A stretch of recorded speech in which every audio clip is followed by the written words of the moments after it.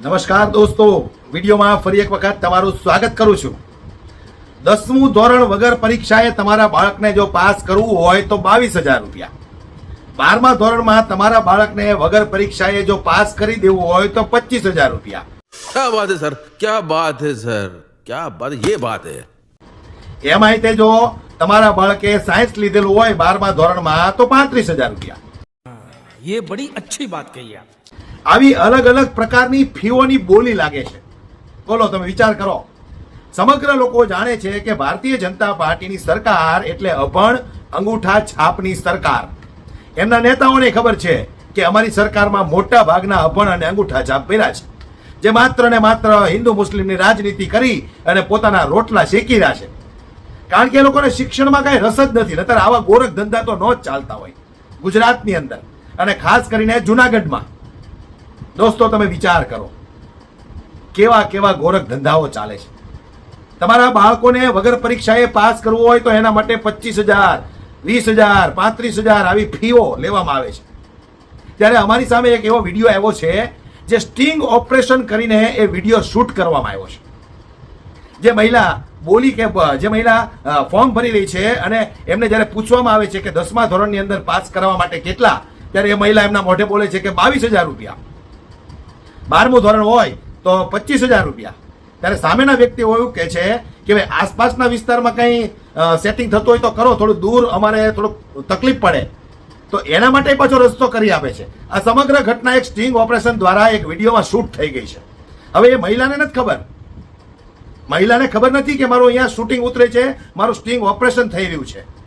પણ ખાસ કરીને મારે કહેવું છે ગુજરાતના શિક્ષણ મંત્રીને કે ક્યાં સુધી તમે આટલો ભ્રષ્ટાચાર કરશો શિક્ષણના નામે?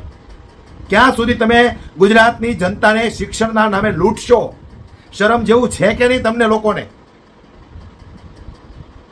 એક ધર્મેન્દ્ર પ્રધાન, ભારતના શિક્ષણ મંત્રી, જે પેપર ફોડીને ભ્રષ્ટાચાર કરી રહ્યા છે, ત્યારે ગુજરાતની અંદર આવો ભ્રષ્ટાચાર ચાલે છે। હું સમગ્ર વિડીયો દોસ્તો તમને બતાવવાનો છું કેવી રીતે એ મહિલાનું સ્ટિંગ ઓપરેશન કરવામાં આવ્યું છે। એ મહિલાને તો ખબર જ નથી કે મારો વિડીયો શૂટ થઈ રહ્યો છે, એટલે મહિલા તો બિચારી ભોળી, એમને જે ઉપરથી શીખવવામાં આવ્યું હોય એ રીતે બોલવા મળી પોપટની જેમ કે ભાઈ 10મા ધોરણના આટલા, 12મા ધોરણના આટલા, એમાં જો સાયન્સ લેવું હોય, સાયન્સમાં પાસ કરાવવો હોય તો આટલા પૈસા।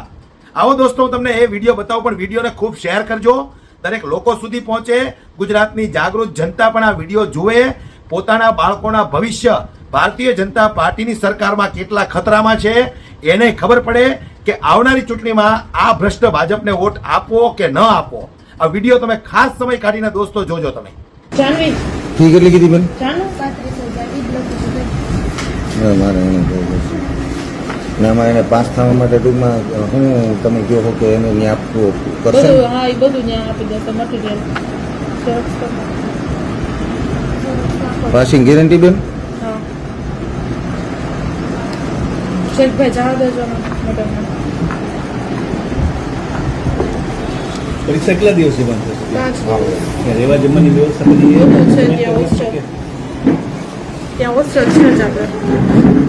હોસ્ટેલ એની ફી તો અલગથી લેજો પણ એ કઈ એક દિવસના 200 રૂપિયા એ લોકો રહેવા જમવાનું બધું ત્યાં આવે એક્ઝામ છે। એક સાથે જશે કે વચ્ચે ડ્યુરેશનમાં નહીં ક્યાં નહીં, એક સાથે જ હશે। એમ નહીં, જુનાગઢ આપણે અહીંયાની જુનાગઢની ક્યાંય કોલેજ રાખવી હોય તો આપણે ફીસ આપણે આ છે ને પાસિંગ ગેરંટી નથી। સુરેન્દ્રનગર સિવાય કઈ ઓપ્શન મળે?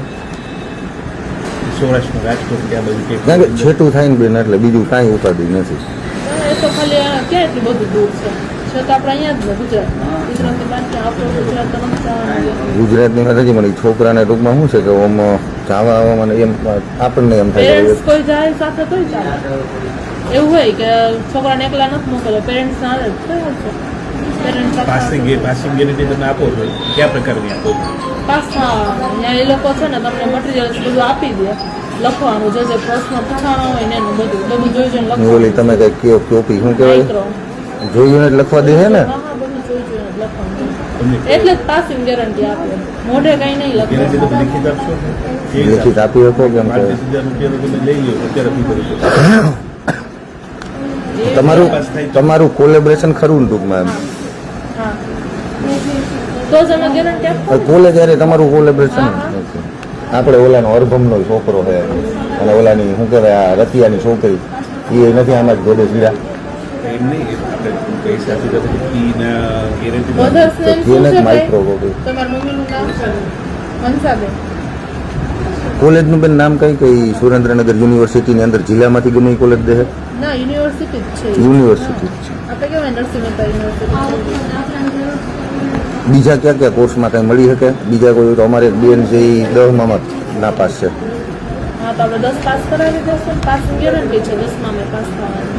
સીબીએસસી બોર્ડ આવે ને આપણે કેન્દ્ર બોર્ડ એમાં એ કઈ જગ્યાએ? અહીંયા જુનાગઢમાં જ થઈ જશે એ તો. એના ફી કેટલી?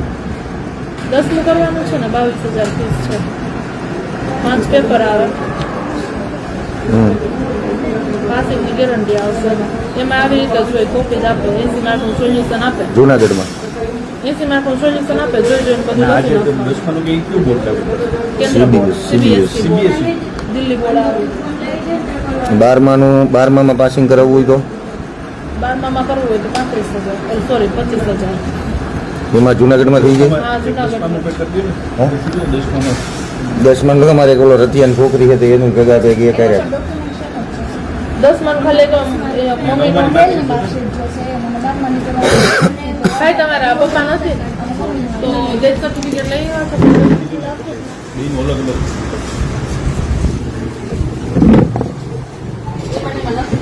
ઈ ખાલી એની. 10માં તેના ડોક્યુમેન્ટ એમ કરીને લખી